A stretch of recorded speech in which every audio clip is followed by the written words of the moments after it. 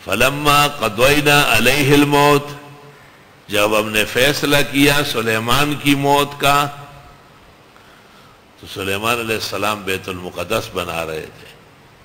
حق تعالیٰ سے وہ کہا، لیکن حق تعالیٰ نے کہا کہ نہیں، بس آپ کرسی پر بیٹھ جائے، اور اس کے چاروں طرف شیشہ لگا ہے. تو کئی شفٹیں چلتی تھی، 24 گھنٹے کام ہو رہا تھا. ہر ایک نے سمجھا کہ ہمارے شفٹ میں آئے ہوں گے. دبدبا و ہیبت اتنا تھا کہ کوئی پوچھ نہیں سکتا تھا.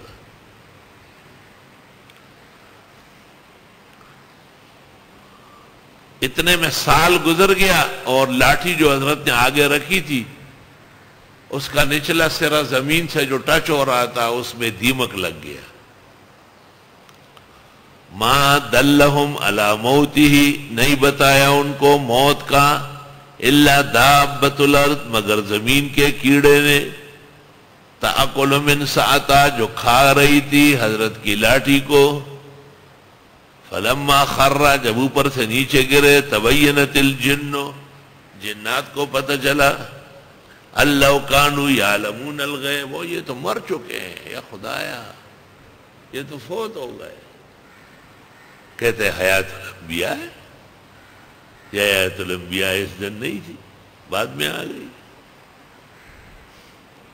کاش کہ جان لیتے غیب کا علم، ما لبثوا فی العذاب المہین، تو نہیں ٹھہرتے اس رسوا کن تکلیف میں.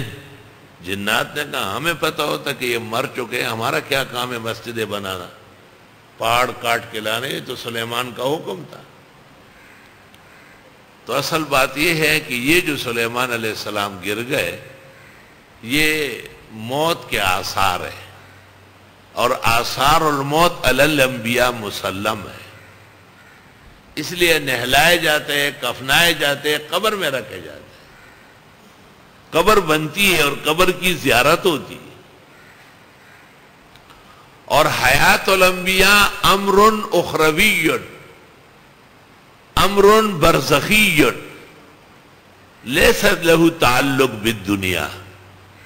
حتی قلت لشیخنا شیخ الحدیث والتفسیر مولانا سرفراز خان رحمہ اللہ، یا شیخ اذا مات احد انقطع من الدنیا فلمن نقول لهذه الحیات حیات دنیویہ.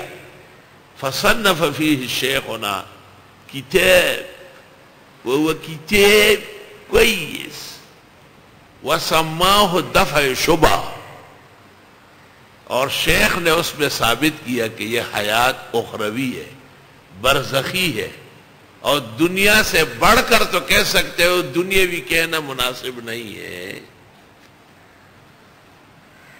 اللہ اکبر.